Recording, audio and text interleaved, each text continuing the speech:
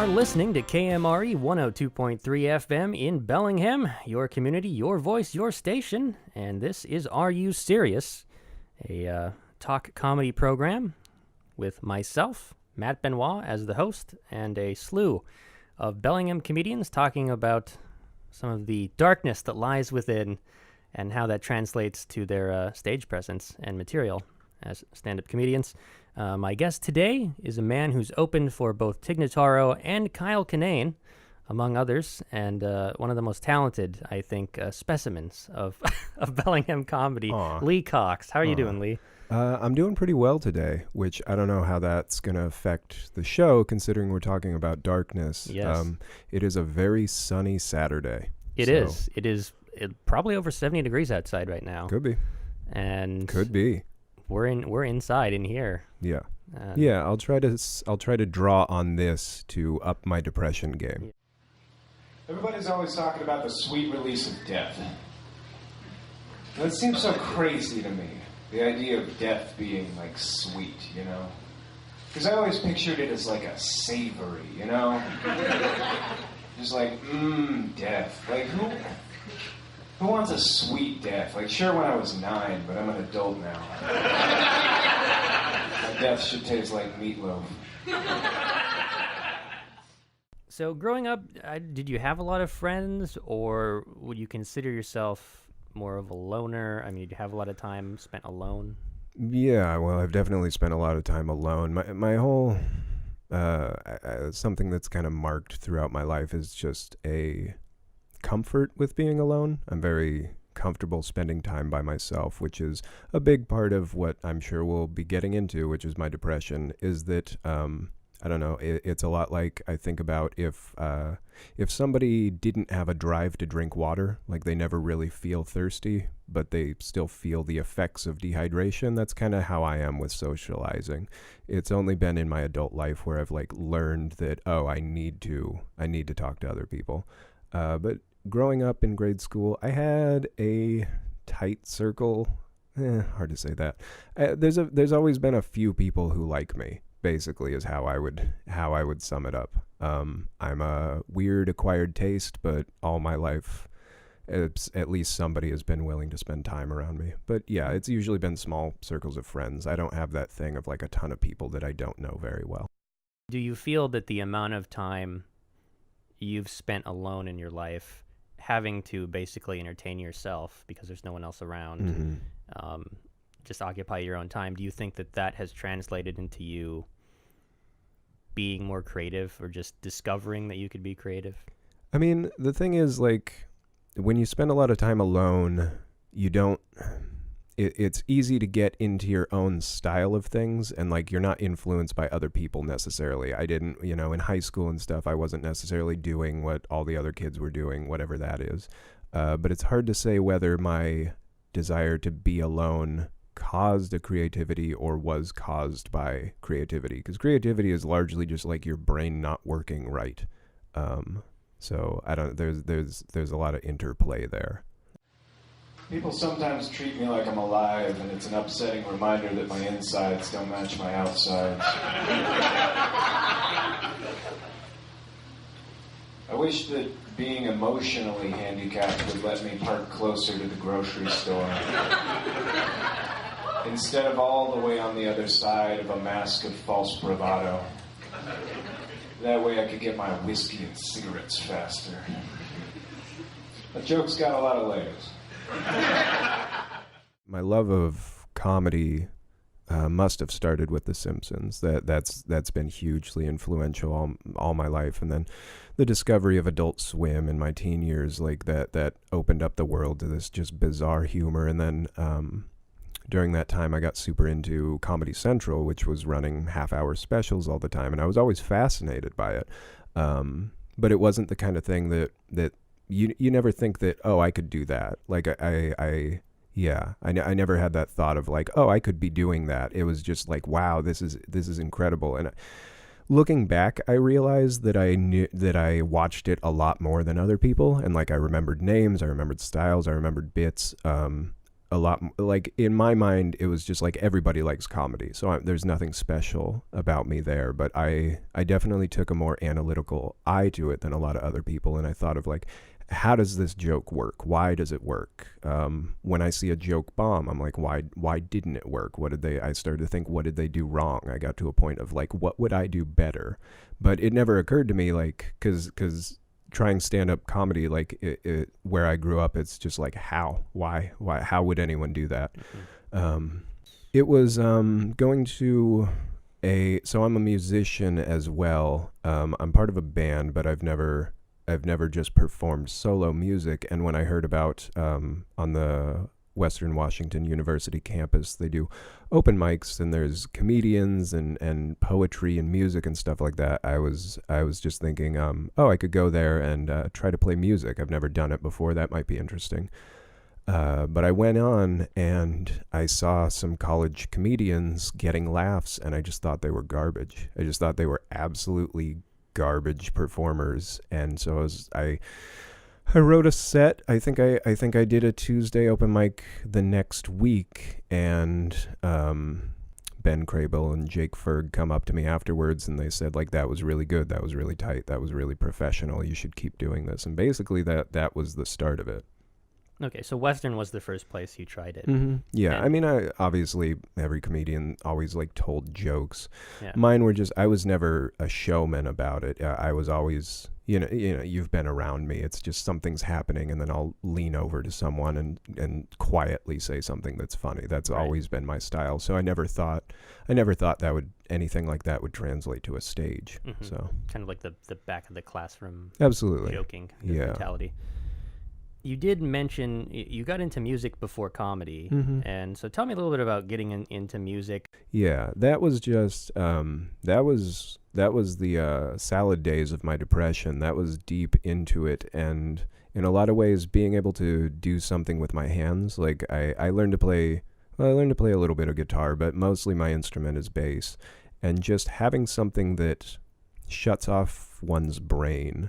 And just like it's all just, there's nothing to think about. There's no words, it's hard to have racing thoughts while you're practicing scales or whatever it is.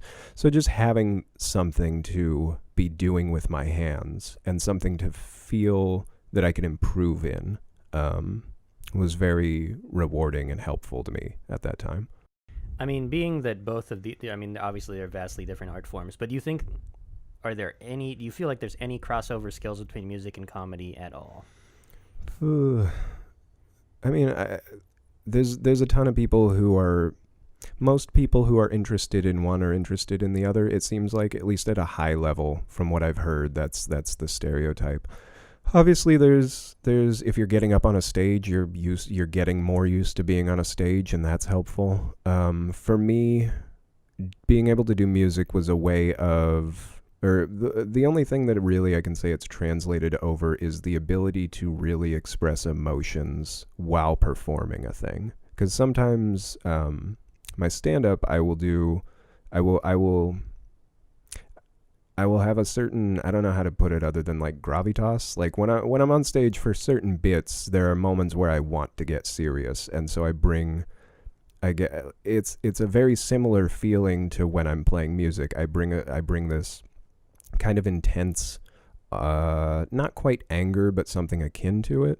Mm-hmm. And that's something while playing music that I feel a lot of the time that I'm able to then parse out while doing comedy kind of as needed. Depression. It's a funny thing, depression. It's like, man, I hate myself and I hate my life. And then somebody would be like, you ever think about changing yourself or your life? And it's like, fuck you. How would you describe your own comedic style? That's hard. It is. I don't know.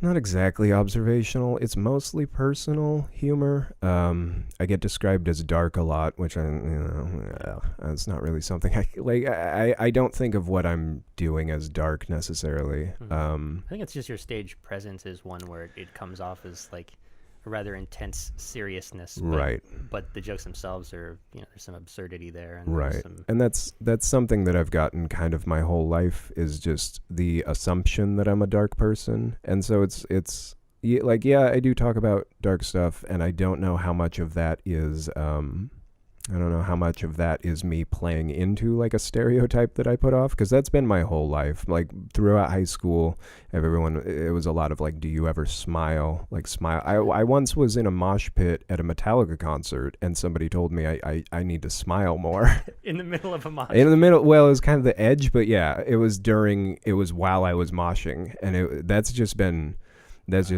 all the grocery store cashiers all the time, like what's wrong, like why aren't you smiling more?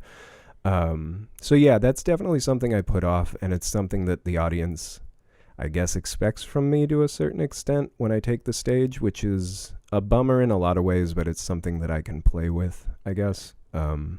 I get described as intense a lot. I get described as dark. I don't know. I'm sort of slow moving, somewhat confident, not super high energy, although sometimes it goes that way. Sometimes it gets more theatrical. But I don't think there's a super good through line of what I do. Yeah. I've done sets that are all one-liners. I've done all story jokes. Yeah. Right. You just kind of, yeah. There's a personality there, but not, Yeah. But I mean, that's the thing. I would say, like, seeing you on stage enough, say, like, there's certain descriptors, there's certain, like, I'd say your energy is, if you don't want to describe it as dark, I would say it's a very focused energy, maybe. Yeah, that's accurate. Confident and focused. Yeah, I'm not super conversational. Well, I can be. Yeah. I don't know. I think if you're doing, like, a really short set, it's hard to have the time to be conversational. Yeah. But in a longer set, yeah. That's true, yeah. So you've experienced, as have a lot of people who do comedy. I mean, you don't want to really say it's a stereotype, but there is some truth to a lot of people who do comedy are somehow messed up in one way or another. Yeah. There's, like, you talked about creativity being your brain not working right. I think there's a certain kind of offbeat pathology that most people have if they do comedy, or especially if they're somehow good at it, I guess. Yeah. And that's I don't want to interrupt you before your question, but that's definitely a thing that I think about a lot, in terms of being able to do comedy effectively. Feels a lot like threading a needle, where if your brain just works normally, you're not gonna do this thing. Like in order to like generate jokes, it's almost requisite that your brain works a little bit wrong.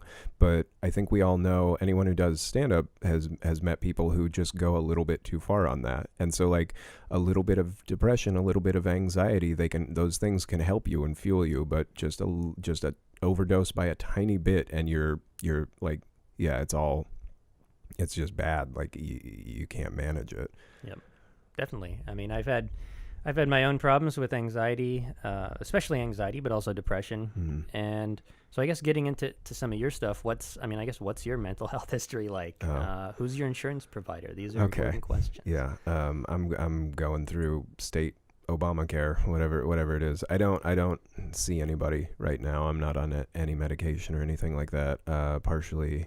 Obviously, you can always find an excuse, but largely because I'm busy. I hope to find a therapist after I'm out of school. My mental health history probably starts. It starts from infancy if we're getting like real about it. But like the stuff that's relatable, at least, is going to be probably from age 14 to 21-ish. Big 7-year block of very, very severe depression. That was a big chunk of my life, especially right after high school, that 18 to 21, because I was no longer engaged in a routine activity that was mandatory.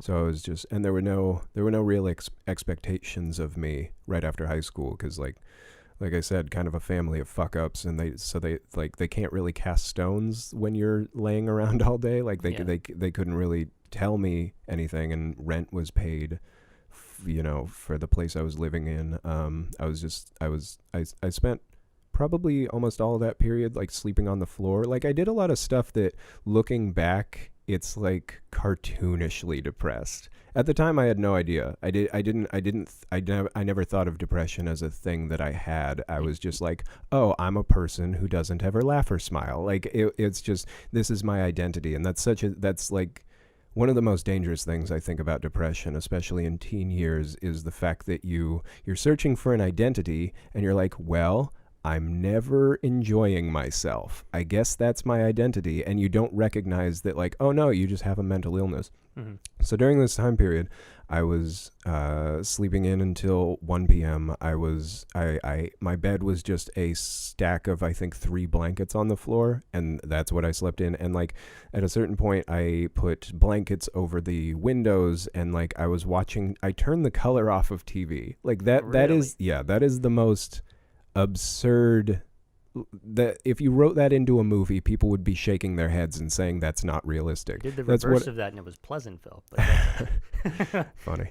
That is in my mind like the most emblematic of my depression in that time period, where I was literally like, I'm tired of colors. Like I'm just tired of colors. So I turned the color off my TV, which I watched all day. I watched a lot of TV. you at watch that everything in black and white? Yeah. Yeah. I wasn't turning it back on. So Right. yeah, I was just turned it off, and then that was that. Were you living with your mom at this time? Mhm. Or Yeah, and my mom and her, I think her boyfriend at the time.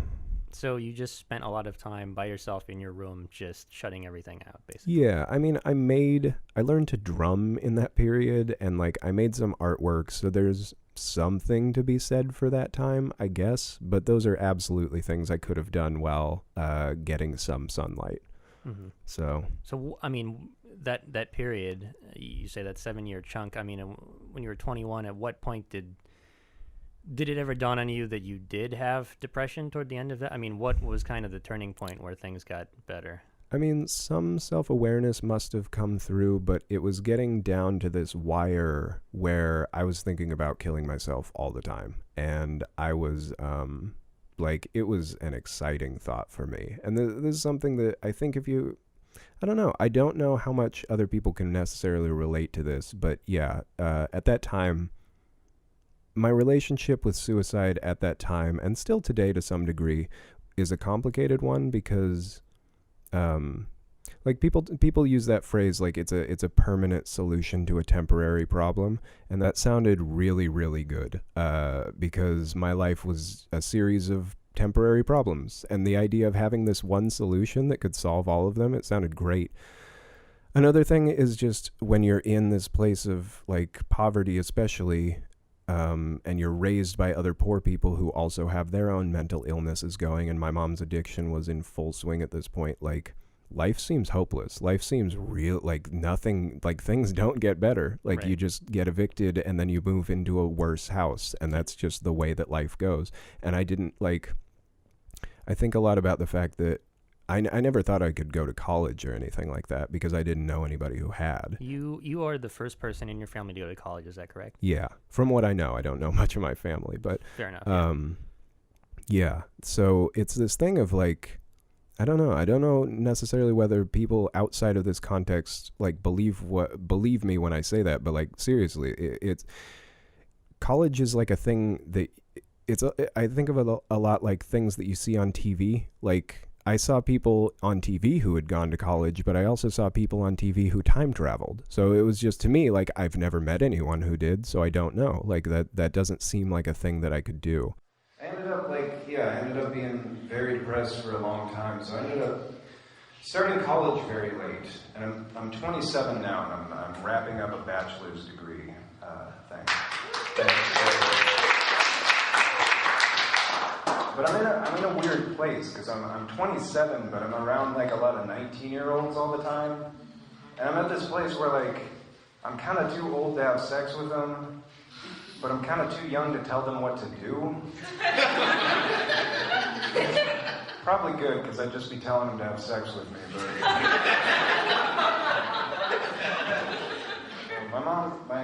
My mother sent me a care package recently, which was kind of sweet, but it just consisted of a 3-pack of wife beaters that were just doused in cigarette smoke. So it was like this weird subconscious message of like, I'm very proud of you and all you've done, but never forget where you came from. The fucking trailer park. So things were just getting worse, and like, it's this thing of I'll never be trapped because I can always just leave via suicide. I'll never be trapped here. Like the world felt like this thing closing in on me, and I always had this sense of like, yeah, but I'll always have the last laugh because I can always get out of here. Like, you're not gonna get me, world. I have this button that will solve everything. It'll solve all of my problems. I'll just leave. And especially in like my late teens, I was severely depressed. And it got to the point where like the best part of my day started to become like thinking about suicide. Like thinking about suicide was like all I did. And honestly, if it weren't for suicide, I would have fucking killed myself.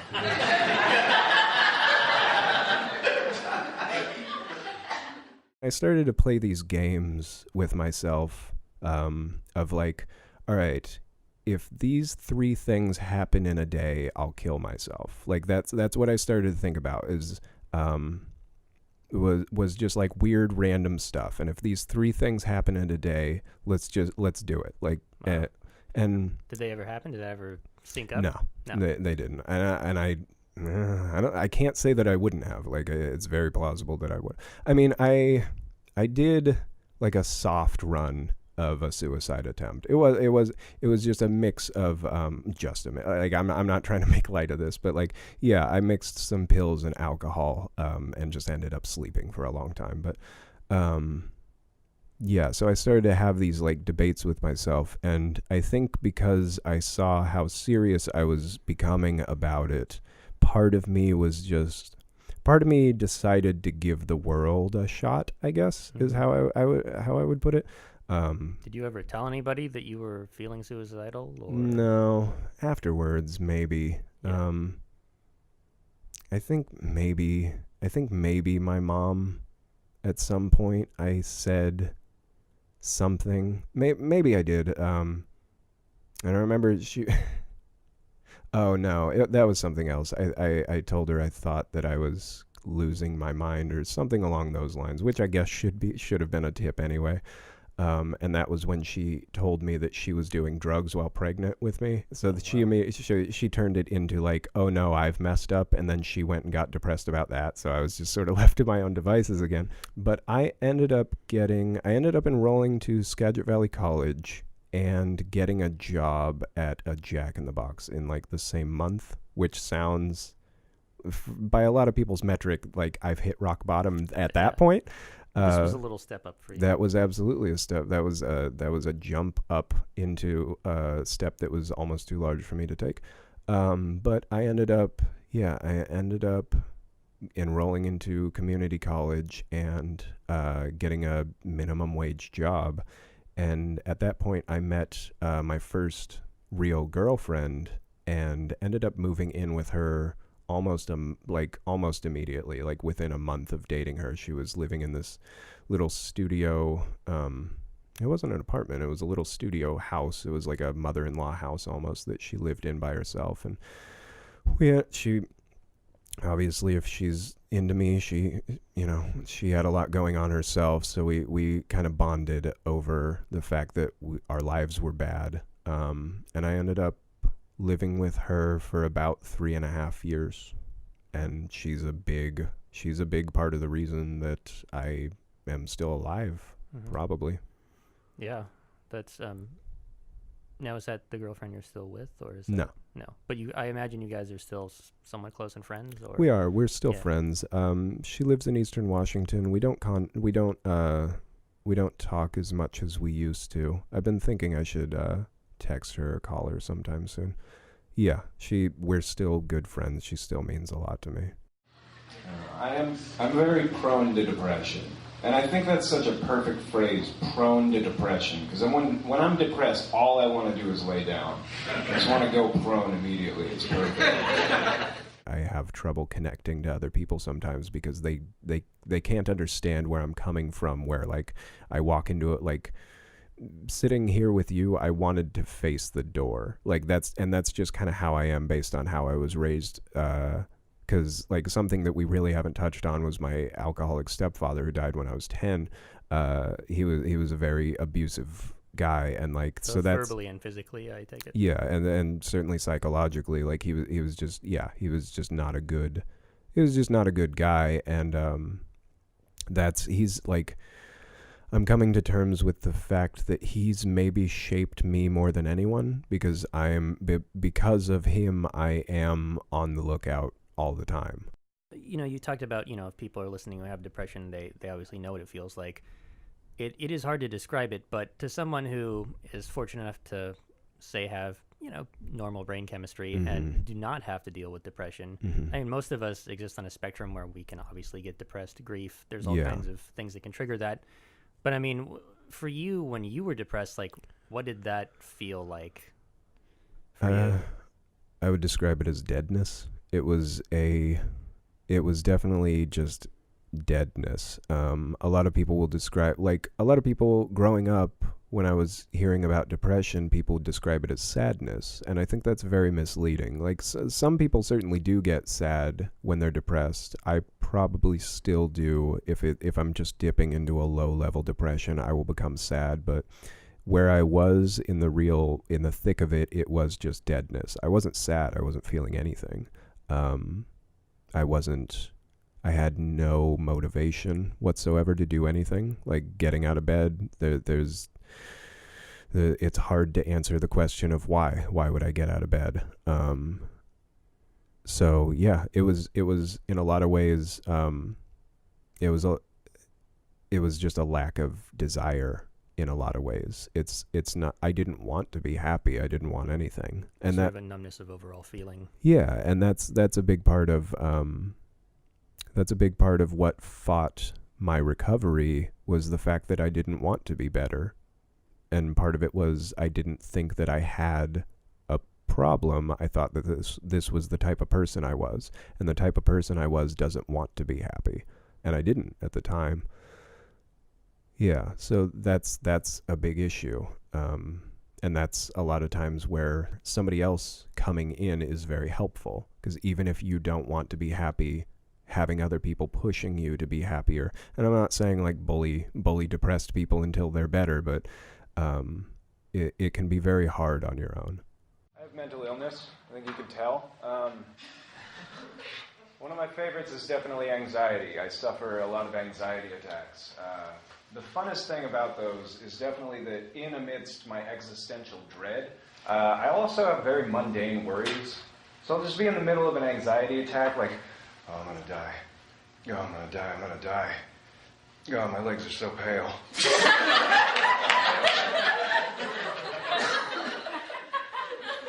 What happens if I die and the paramedics come and get my body and they're just laughing at how pale they just start laughing so hard that, like, they crash the ambulance, and then another ambulance comes, and it just keeps happening until they're all dead. And then that usually calms me down. You've never been on medication for depression? Or? No, I haven't. No.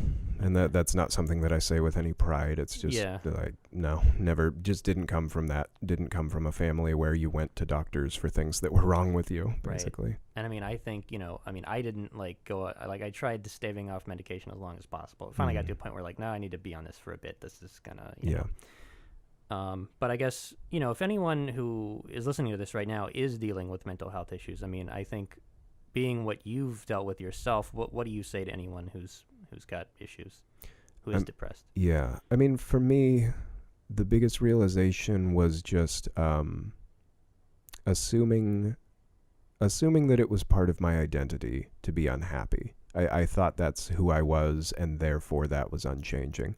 An important thing to remember with depression is that depression keeps you depressed. Like that's how it operates, is you just start to think in one, like it starts to bend your thoughts, and then that thinking keeps you into a cycle of thinking that way. And I'm speaking in somewhat generic terms, but if you've had depression, you probably know what I'm talking about.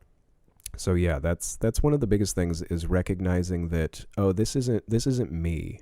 This is just a state that I'm in, and that's something that I study psychology, and that's one of the, I think, better therapeutic methods out there right now. Especially there's a certain therapy called acceptance and commitment therapy, which trades a lot on the idea of not taking one's thoughts literally, treating the brain as a thought-generating machine. And just because you think I'm sad, just because even if you're having a emotional reaction, if you see a baby crying and you go, oh, I hate babies, you don't necessarily hate babies. Just because your brain has thought that doesn't necessarily make it true. Right. It might be true. And in that moment you are annoyed, but that doesn't mean right. that you have a hatred. Right. And you might not even be annoyed at that baby in that moment. If you take the time to really analyze what's happening and really take account of what your brain is doing, you could be upset about a million other things. It might have nothing to do with it. You might not hate babies at all. You might be having a rough day because of some other stuff. And right. So if you learn not to take your thoughts literally, you don't have to do this thing of oh, baby crying, I hate babies, I'm never going to have babies, why does anyone do, because that'll just get you tumbling down this direction, which might negative thought pattern, which might not be true at all. Right. It might just be, so that's one of the better therapeutic techniques, I think, that I've learned. Do you think that your previous history, both growing up, both with your family and then with yourself with depression, was that a factor in you choosing to study psychology in Western? Yeah, definitely. My history has definitely shaped my interest in psychology. I'm probably as interested in writing and English. If I had come from a family with money, I might have been interested in getting an English degree. But the fact that a psychology degree opens certain doors for you, that's the one I went with. I actually have a lot of strong criticisms for psychology as a science at this point, but yes, that spurred my interest, and I definitely have picked up some useful information and whatnot. So for you, you talked about being in quite a rut, getting that job at Jack in the Box, going to Skagit Valley College, and then you, I assume, transferred to Western. Yeah. And so, I mean, I guess what are the things that further helped your recovery, having other people in the fold? Definitely having somebody that I could talk to. Having, because when you're depressed, at least the sort of depression that I had was hugely cognitive. It was just, I would get into these thought patterns and I would just think and think and think and ruminate, and I would come to the conclusion that life is not worth living. And in talking to somebody else, even if you're saying the same things that you're thinking, the act of having another person hear them can be very powerful. An element of just having, the human being is a social animal.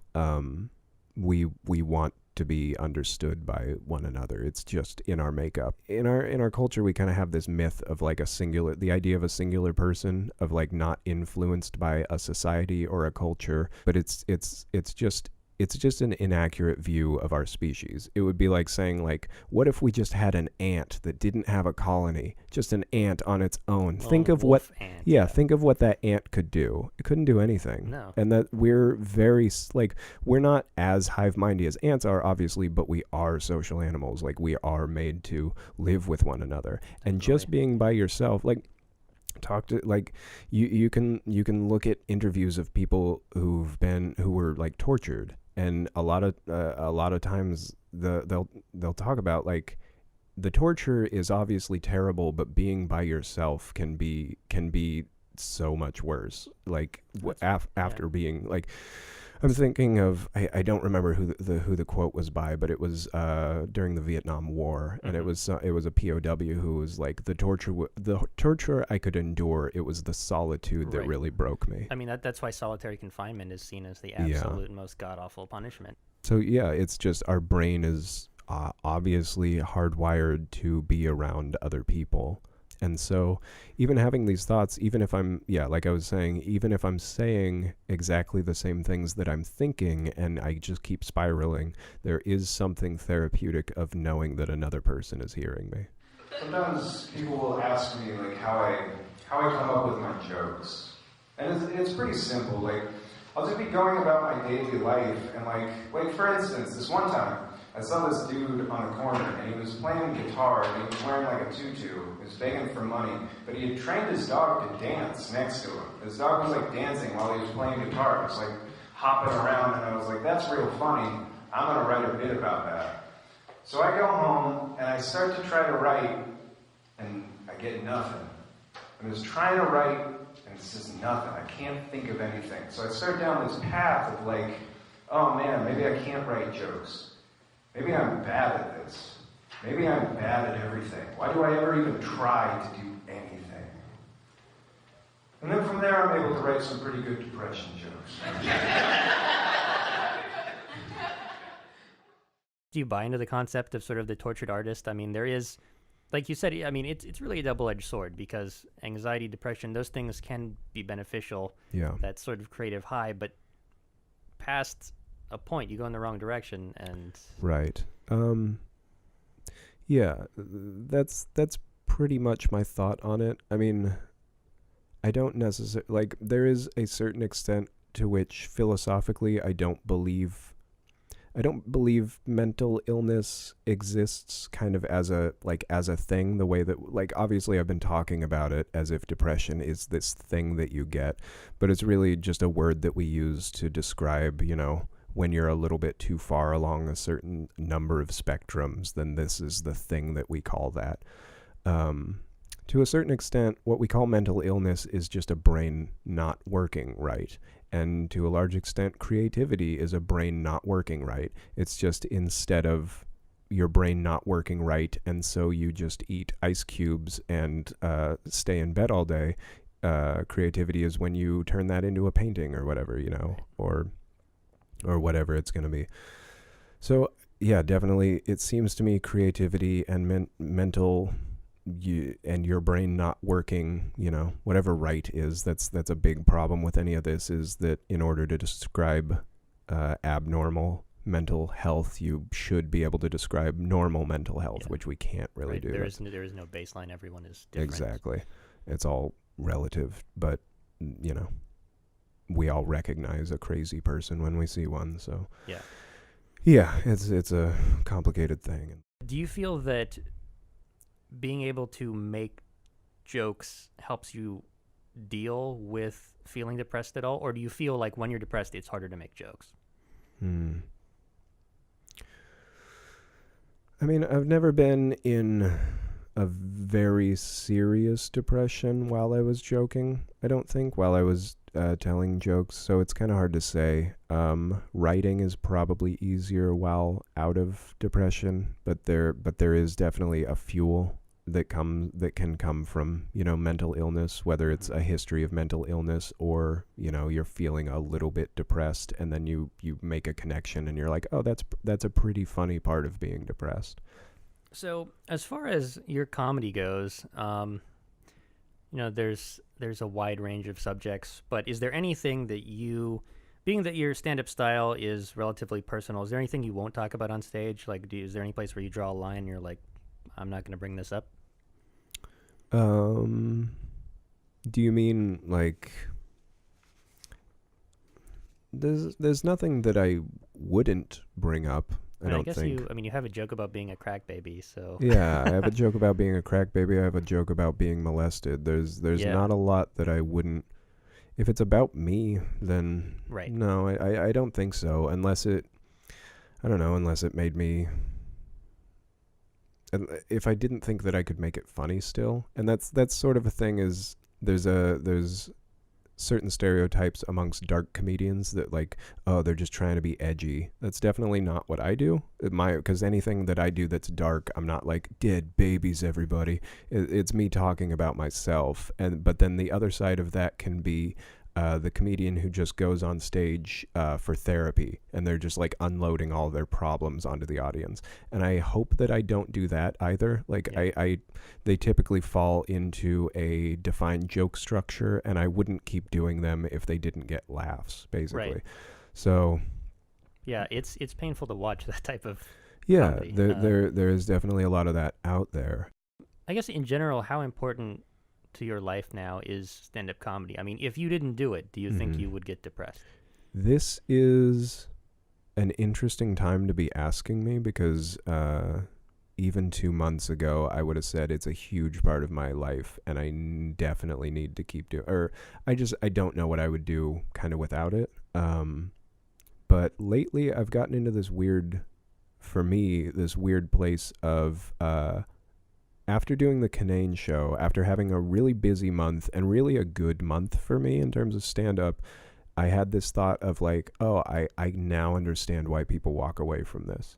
And it wasn't like, oh, I've hit my high point, like I'm never going to do better than that, so walk away. It's just like, it sort of soothed my ego in a lot of ways. And at this point, I think about it, I feel like I'm a little bit in kind of a refractory period, like after sex. And I'm like, I've done the thing and that was cool. Now I don't have that drive anymore like I did before. So it's just like, I'm in this place of like, well, why am I doing this?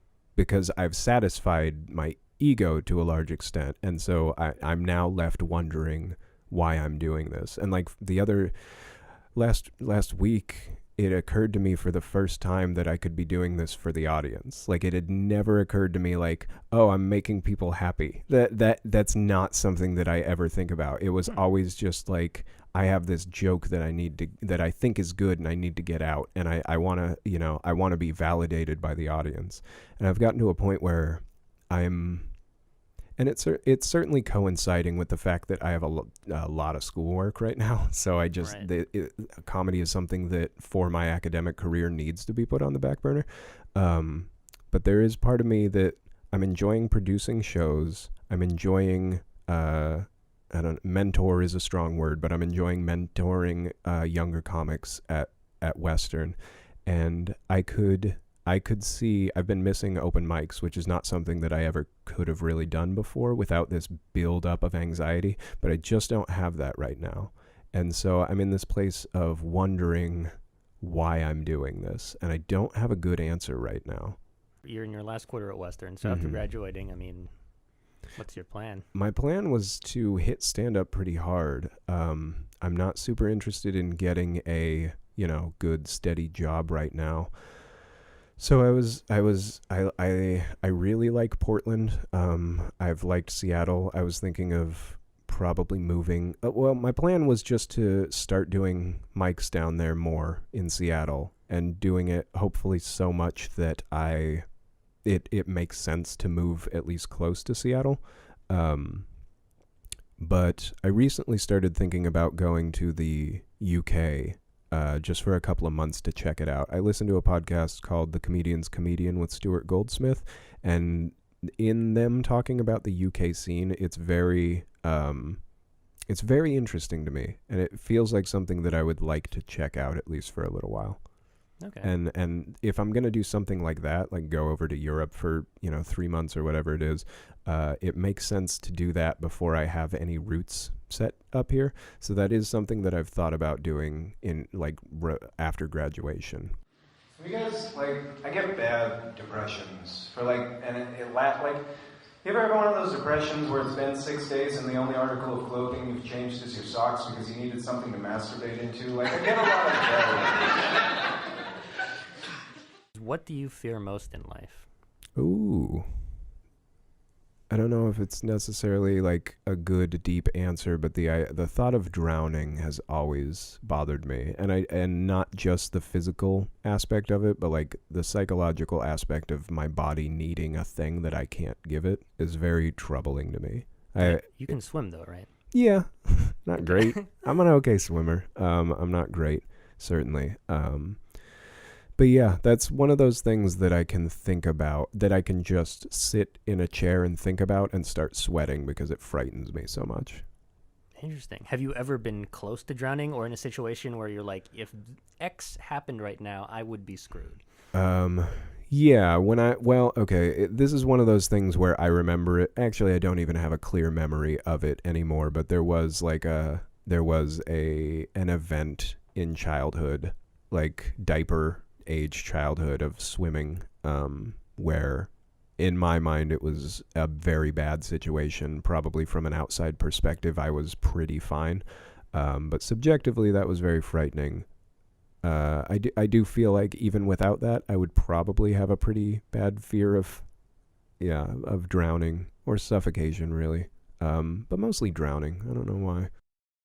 If you do enough comedy, especially doing mics, different shows, you wind up performing at some unconventional locations. So for you, like, what's one of the weirdest places you've ever Are we performed going stand-up? weirdest or worst? Because those are different for me. Let's do both, whichever one you want to tackle first. Okay. Okay, I'll do the weirdest just because it was...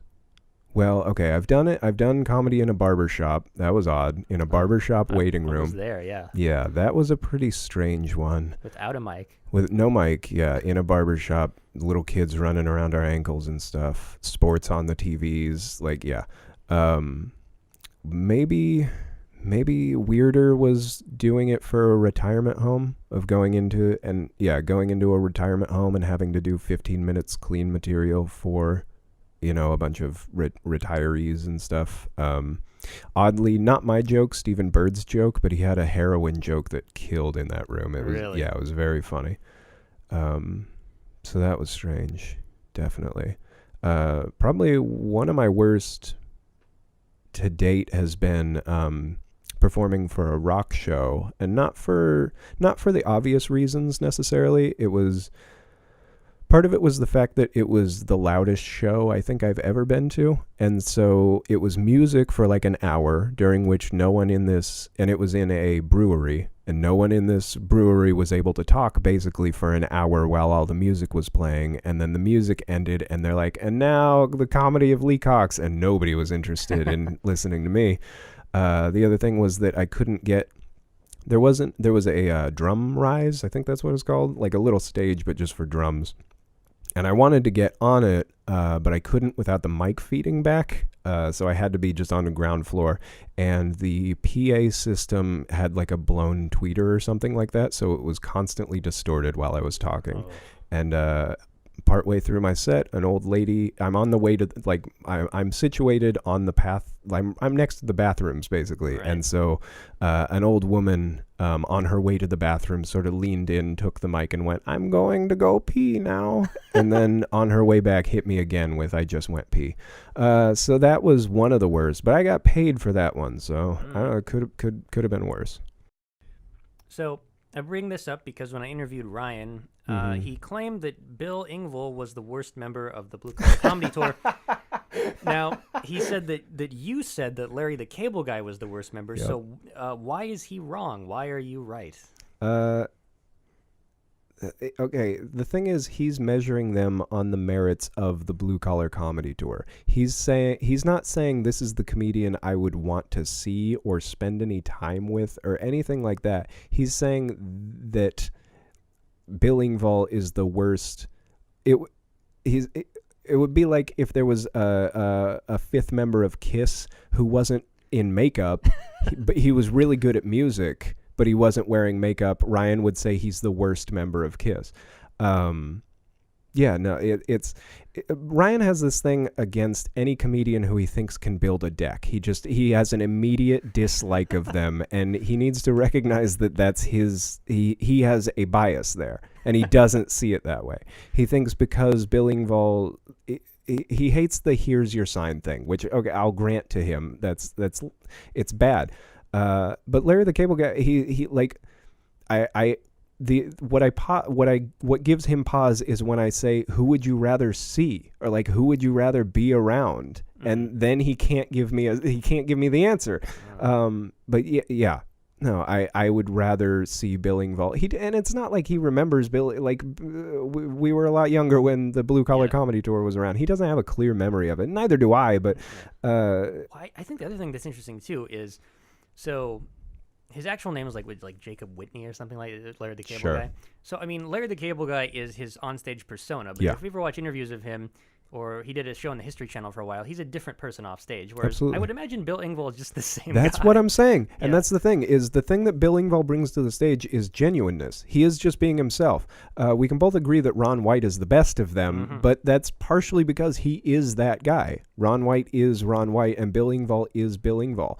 You might be a redneck. What's Jeff his- Foxworthy. Jeff Foxworthy is probably pretty close. Like he's at least within striking distance of his stage persona. Yeah. Larry the Cable Guy is just like a liar. Like he's, I guess, a fine craftsman. I guess I can grant. I guess I can grant him that.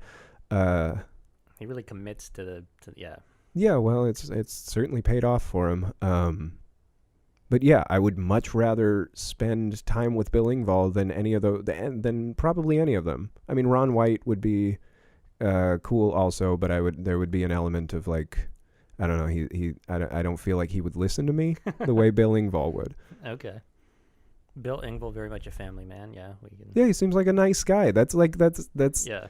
He seems like a nice guy, and he brings he just brings the stage like. He's kind of like dorky. He doesn't take himself super seriously. Right. Yeah. Like, and granted, I haven't listened to him, I haven't seen anything he's done in probably 9 years, but like still. Yeah. Didn't think you were going to be talking about that today, did you? No. Okay. Now I'm depressed again. Now I'm different. Do you have any upcoming shows? I think this should come out in time for Comedy for a Cause. Is that what it's called? Yeah, it is. It's that's a fundraiser going on at the Underground on I guess On the 9th of June. I think that's a Friday. Yeah. Yeah, Friday the 9th. And that is a fundraiser for Camp Kirby and the Campfire Samish folks. And the Underground, that's actually where you did the Kyle Kinane show. And a lot of people might look at the Underground and be like, you do comedy there? But I mean, when you get a crowd there for a comedy show, it's a really nice venue. Yeah, it I was really good. like performing there. So Yeah. The other things to plug would be Way North Comedy. yes. I'm a co-producer of a monthly show in Mount Vernon, Washington. Our shows are going to be the third Sunday of every month. They've been, frankly, really, really good. I'm very happy with them. If you like us on Facebook, that'll keep you in the loop about when those are coming up. The other thing would be Red Hot Thunder Club, my podcast with Alex McKay. That's right. And if you haven't listened to it, it's available on SoundCloud, iTunes, and where else? A bunch of places, I think. Yeah. It is, in the words of James Lipton, it is delightful. And Thank you. there is a wonderful absurdity about it. Definitely not safe for work, but Yeah, not safe for work or children or just a whole bunch of people. It's probably not safe for. Very, very dirty, but a lot of butt-related humor. a lot of butt humor. Yeah, yeah. I get my intensity out on stage, and then for the podcast, it's all butt humor. That's with comedian Alex McKay. It's been a lot of fun. All right. Well, Lee, thanks for being on the program. Yeah. If you'd like to contact us, you can message us or comment on the Are You Serious Facebook page, or check us out on SoundCloud, where longer podcast versions of this show get posted. We'll be back next week with another installment, but until then, I am Matt Benoit for Are You Serious? Keep it right here for more great local programming on KMRE 102.3 FM Bellingham.